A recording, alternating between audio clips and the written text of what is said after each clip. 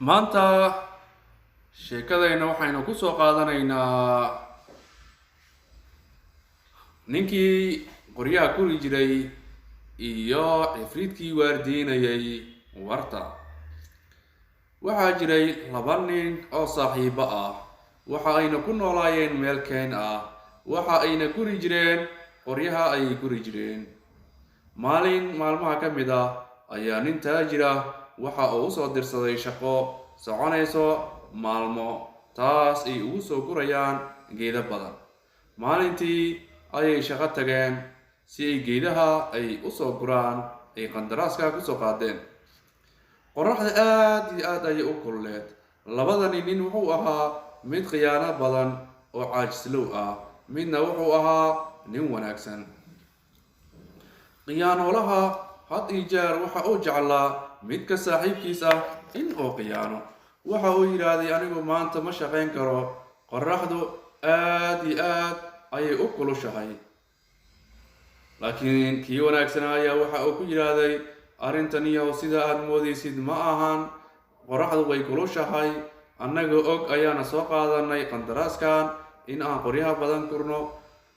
shaqadanina waxay soconaysaa dhowr maalin oo ma ahan wax maalmo badan nalagu soo siiyey. laakiin caajislowgii waxa uu yidhaahday, anigu kuma shaqayn karo qorraxdan, cabaar yar waa nasanayaa. kii wanaagsanaa waxa uu iska sii watay shaqadiisii, asaga oo jeclaaba muddo yar inuu shaqadan kusoo idlay. kii kalena wuu iska fadhiyey asaga oo ku fakarayay, sidee baad ku heshaa lacag badan adiga oo shaqo badan aa qabanin. meeshaas ayuu iska fakarayay isagoo oon waxba aanan qabanaynin. faaskii dhulka ku dhuftay bahal ayaa kasoo dhacay.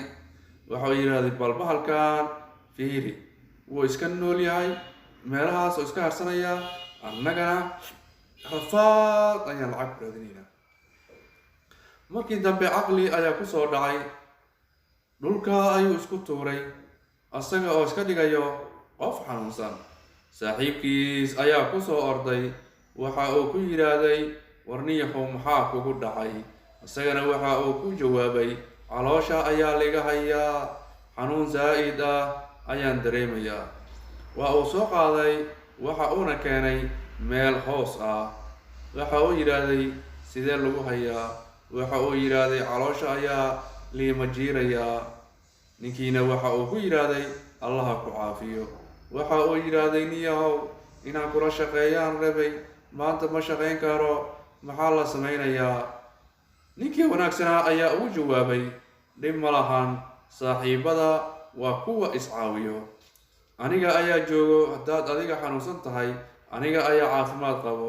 shaqadaadii maanta iyo taydaba aniga ayaa qabanayo, adigana waxaan kuu rajaynayaa caafimaad. khiyaanoolihii arrintaas aad iyo aad ayuu ugu farxay, waana uu qoslay isagoo dhahay, waa laga aqli badan yahay, sidaas ayaana kugu shaqaysanayaa. hurdadiisii ayuuna iska galay. kii wanaagsanaa waxa uu ka shaqaynayay geedaha, qorraxdii oo zaa'id u kulul. waxa uu dhammeeyey shaqadiisii oo waxa uu jaray geedkii asaga oo maalinkaas ka shaqaynayay. tiisii markii uu dhammeeyeyna waxa uu bilaabay kii uu saaxiibkiisii ka cararay, isagana sidoo kale waa uu jaray, howshiisiina waa uu dhammeeyey. waxa uuna soo kaxeeyey saaxiibkiis oo waxa uu yidhaahday, shaqadii waa dhammeeyey, xilli qorax gaabna la marayaaye nakeen. waxay soo aadeen wartii si ay ugu dhaqdhaqdaan dhididkii maanta, uguna qubaysaan ayagoo nadiif ah si ay u aadaan meeshoodii. waxa uu yidhahday, war saaxiib, maanta wata xanuunsaneenede, sidee baad noqotay? isagana waxa uu yidhahday, hadda waxaan dareemayaa xoogaa caafimaad ah. wuuna iska tegay. kii wanaagsanaa faaskiisii ayuu dhaqdhaqday, kadibna isagoo la hadlay saaxiibkiis ayaa faaskii wuxuu ku dhacay wartii ayay ku dhacday. aad iyo aad ayuu u naxay oo ma aqoon dabaal oo faaskaas uu kula soo baxo. waxa uuna rajaynayay saaxiibkiis inuu dabaasha yaqaano oo usoo bixinayay. waxa uu yidhahda, wartii biyaa iga dhacdee, warniyow ii soo bixi. kiina waxa uu yidhi hadda anigu biyo ma geli kare, waa inoo mar kale waan sii baxayaa. isaga oo odhanaya war ha iga tegin, maxaan beri ku shaqaynayaa, laakiin ma uusan dhegaysan. ninkii wanaagsanaa wuxuu iska kor fadhiistay wartii, isaga oo rajaynaya bal qof inuu soo maro si uu faaskiisii ugu soo bixiyo, laakiin cid soo martayba ma lahan. qorraxdiina waa ay sii dhacaysaa. isaga oo murugaysan ayaa ilin ka soo tifiqday, waxa ayna ku dhacday biyihii ayaa hal mar isbedelay oo wareegsaday, waxaaba ka soo baxaya iftiin. isagana waa uu fiirinayaa, aad iyo aad ayuu u naxay. maanta waxa uu yidhaahday jinni ayaa u gacan gashay, ayuu is odhanayay. waxa uu damcay in uu cararo, laakiin haddii uu gadaal fiirshay oo qofkii la hadlaayaba waa nin aad iyo aad u qurux badan. waxa uuna ku yidhaahday warniyahow adigu waxaad ahayd nin wanaagsan intaan ku arkayay, maxaa meeshan maanta ku dhigay oo la murugaysan tahay?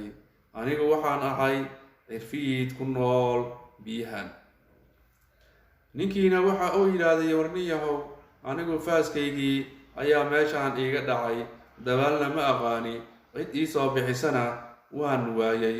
arrintaas ayaan la murugaysnaa, waxaana rajaynaya qof inuu soo maro oo i caawiyo.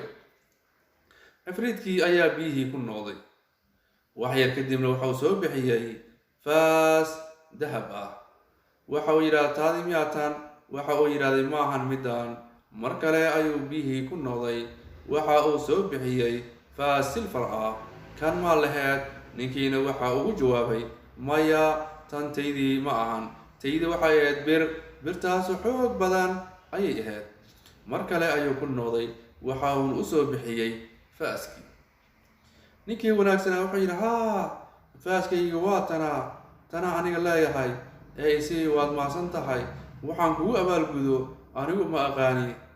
ninkiina waxa uu yidhaahday faaskaagii qaado, labadii faas oo kalena waan kugu daray maadaama aad run sheegtay, adiga ayaa iskale saddexdaba. ninkii wanaagsanaa oo faraxsan ayaa waxa uu ku soo noqday gurigii. arrintii maanta balliga ku qabsatayna waxa uga sheekeeyey saaxiibkii khiyaanoolaha ahaa. kii waa uu fiirshay, waxa u soo sawirantay isagana in uu raadsado labada faas oo kale. waxa uuna soo aaday wartii, waxa uu ku tuuray faaskiisii. waxa uu iska raadiyay ilin, way ka imaan weysay. waxa uu isla dhacay qori si uu u xanuunsado ay ilini uga timaad. xanuunkii oo isku dhuftay ayaa zaad u qabtay, waana ilmeeyey ilin zaa'id ah. isla markii biyihii waa isbedeleen. waxa uu dareemay ninkii xirfiidkii inuu soo baxayo, oohin kale ayuu iska sii keenay, isaga oo baa dhahay. ninkii ayaa la hadlay xirfiidka ahaa, maxaa kugu dhacay oo la oynaysaa? waxa uu yidhaahday faaskaygii ayaa wartaan iiga dhacay.